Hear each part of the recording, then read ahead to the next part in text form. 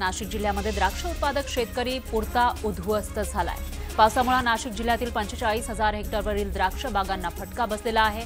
तळ हाताच्या फोडाप्रमाणे जपलेली द्राक्षांची बाग आता कुऱ्हाडीने तोडण्याची वेळ शेतकऱ्यांवर आली आहे।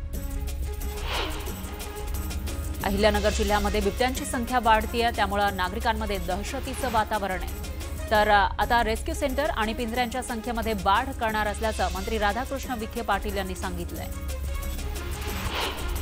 राज्याचे वनमंत्री गणेश नाईक हे पिंपरखेड गावात दाखल झाले। गणेश नाईकांनी बिबट्याच्या हल्ल्यात मृत्यू झालेल्या पीडित कुटुंबियांची सांत्वनपर भेट घेतली।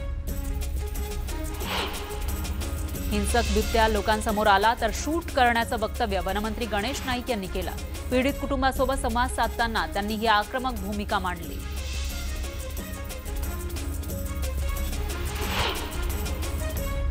निफाडच्या देवगाव भागामध्ये धुमाकूळ घालणाऱ्या बिबट्याला जेरबंद करण्यात यश आलं, त्यामुळे नागरिकांनी सुटकेचा निश्वास सोडलेला आहे। तर बिबट्यामुळे नागरिकांमध्ये भीतीचं वातावरण निर्माण झालं होतं। शिरूरच्या पिंपरखेडमध्ये बिबट्याच्या दहशतीचा फटका लग्न करणाऱ्या तरुणांना बसलाय। बिबट्यामुळे लग्न जुळत नसल्याचं समोर आलंय, त्यामुळे तरुणांची लग्न रखडली आहेत। जुन्नर वन परिक्षेत्रामध्ये बिबट्याची संख्या वाढतीये, नागरिक भीतीच्या छायेखाली आहेत। अशातच एका तरुणानं एआयचा वापर करत जुन्नर तालुक्यामध्ये पट्टेरी वाघ असल्याचा फोटो तयार करून तो सोशल मीडियावर व्हायरल केला। मात्र जागरूक नागरिकांनी या तरुणाचा शोध घेतला आणि त्याला वन विभागाच्या ताब्यात दिलं।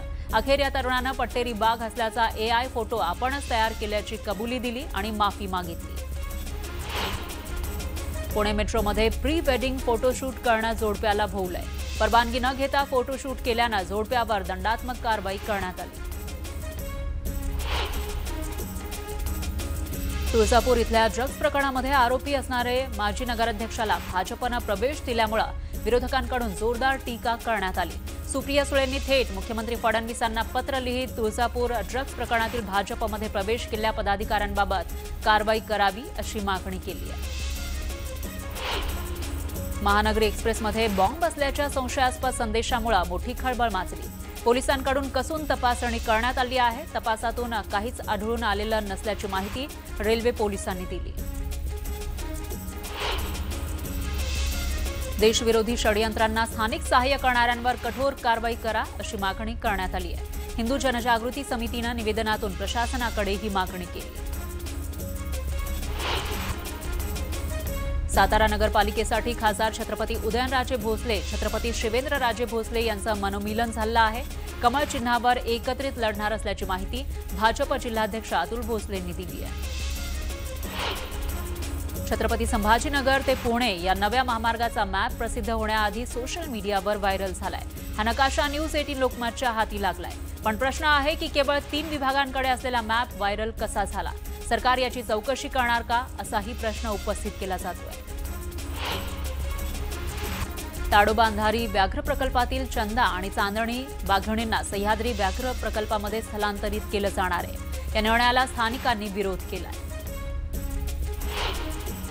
गोवा आयर्नमॅन स्पर्धेमध्ये कुडाळच्या प्रमोद भोगटेनं चमकदार कामगिरी केलेली आहे। 1.9 किलोमीटर स्विमिंग, 90 किलोमीटर सायकलिंग आणि 21 किलोमीटर रनिंग अशी 113 किलोमीटरची स्पर्धा 8 तास 25 मिनिटात पूर्ण केली। धामणगाव तहसील कार्यालयामध्ये शेतकरी संघटनांनी आंदोलन केलं। फार्मर आयडी नादुरुस्त असल्यानं शेतकऱ्यांचं अनुदान रखडलेलं आहे। तातडीनं फार्मर आयडी दुरुस्त करण्याची मागणी करण्यात आली आहे। मराठवाड्यामध्ये अनुदान वाटपात अन्याय झाल्याचा आरोप शेतकऱ्यांनी केला। एका शेतकऱ्याला 90 गुंठ्यांच्या नुकसानीसाठी 15,300 अनुदान मिळाल्याचा आरोप करण्यात आलाय। त्यामुळे येत्या 17 तारखेला आमरण उपोषणाचा इशारा शेतकरी संघटनांनी दिला। निफाडमध्ये बिबट्याला ठार करण्याच्या मागणीसाठी विद्यार्थी आणि ग्रामस्थ आक्रमक झाले। संतप्त नागरिकांनी वन अधिकाऱ्यांना घेराव घालत रास्ता रोको केला। अखिलस्तरीय महासेवा आणि आधार संघटनेनं 3 दिवस संपाची हाक दिली आहे। नव्या केंद्रांना मंजुरी दिल्यानं जुन्या केंद्रधारकांवर उपासमारीची वेळ आल्याचा आरोप करण्यात आलाय। तातडीनं नव्या परवानगी रद्द करण्याची मागणीही करण्यात आली। नवी मुंबई महानगरपालिकेला पहिल्या क्रमांकाचा राष्ट्रीय जल पुरस्कार जाहीर झालाय। जल संरक्षण आणि जल व्यवस्थापन क्षेत्रातील उल्लेखनीय कामगिरी केल्यानं हा पुरस्कार जाहीर झालाय। दिल्लीत 18 नोव्हेंबरला पुरस्काराचं वितरण केलं जाणार आहे।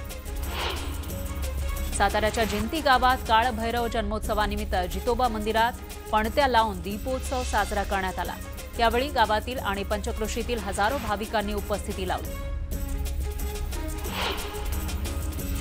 त्यानंतर एक ब्रेकिंग न्यूज आहे। जालन्यामध्ये शिंदेंनी उद्धव ठाकरेंना धक्का दिलेला आहे। शिंदेंच्या शिवसेनेनं शिवसेना युबीटी जिल्हा प्रमुख भास्कर आंबेकर शिवसेनेमध्ये प्रवेश करणार आहेत। तर जालन्यामध्ये एकनाथ शिंदेंनी उद्धव ठाकरेंना धक्का दिलाय।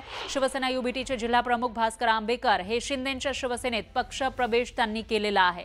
उपमुख्यमंत्री एकनाथ शिंदे यांच्या उपस्थितीमध्ये आंबेकर यांनी हा पक्ष प्रवेश केला। तर आज जालन्यात एकनाथ शिंदे यांच्या प्रमुख उपस्थितीमध्ये पदाधिकारी मेळावा घेण्यात आला आणि यावेळी आंबेकरांच्या सोबत युबीटीच्या शेकडो कार्यकर्त्यांनी शिंदेंच्या शिवसेनेत प्रवेश केला।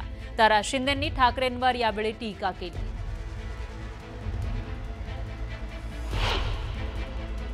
भास्करराव, आपण आलात, तुम्ही म्हणाला उशिरा आलो, पण तुम्ही तिकडे राहून पण बरोबर कार्यक्रम करत होते, कारण मनापासून तुम्ही आपल्या बरोबर होता, शरीराने तिकडे होता। करेक्ट कार्यक्रम कसा करायचा तो भास्करराव आणि अर्जुनराव दोघांना माहित आहे। मला तर बरोबर माहित आहे, मी तर अगोदर मोठा कार्यक्रम केला। आज घरात बसलेले लोक आज बांधावर जाऊ लागले। सगळ्यांना मी फिरायला लावले।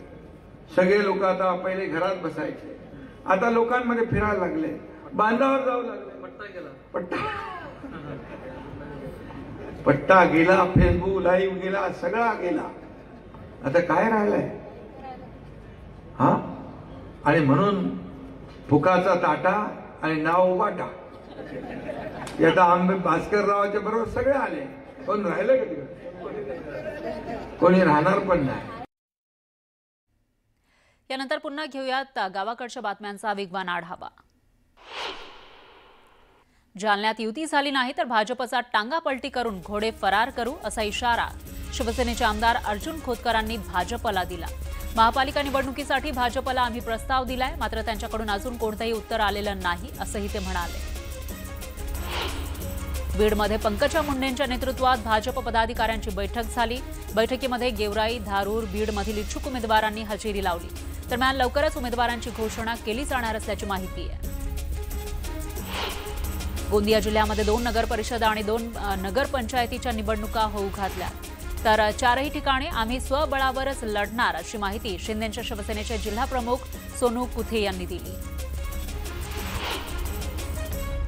राष्ट्रवादीकडून सोलापूर जिल्ह्यासाठी कार्यकारिणी जाहीर करण्यात आली आहे। शरद पवारांच्या राष्ट्रवादीचे माजी जिल्हाध्यक्ष बळीराम काका साठेंचाही कार्यकारिणीमध्ये समावेश करण्यात आलाय। साठेंचा अद्यापही राष्ट्रवादीमध्ये प्रवेश झाला नसल्यानं त्यांच्या नियुक्तीवर जोरदार चर्चा आहे। सातारा जिल्ह्यामध्ये नगरपालिका निवडणुकीची राजकीय पक्षांकडून जोरदार तयारी सुरू आहे, पण एकाही उमेदवारानं अद्याप अर्ज भरला नसल्यानं आश्चर्य व्यक्त केलं जात आहे। दरम्यान कुणाला संधी मिळणार हे पाहणं महत्त्वाचं ठरणार आहे। स्थानिक स्वराज्य संस्था निवडणुकीपूर्वी बीडचे राष्ट्रवादी काँग्रेस शरदचंद्र पवार पक्षाचे आमदार संदीप क्षीरसागर यांना धक्का बसलाय। त्यांचे स्वीय सहाय्यक सतीश शेळके यांच्यासह अनेक कार्यकर्त्यांनी शिवसेनेत प्रवेश केला।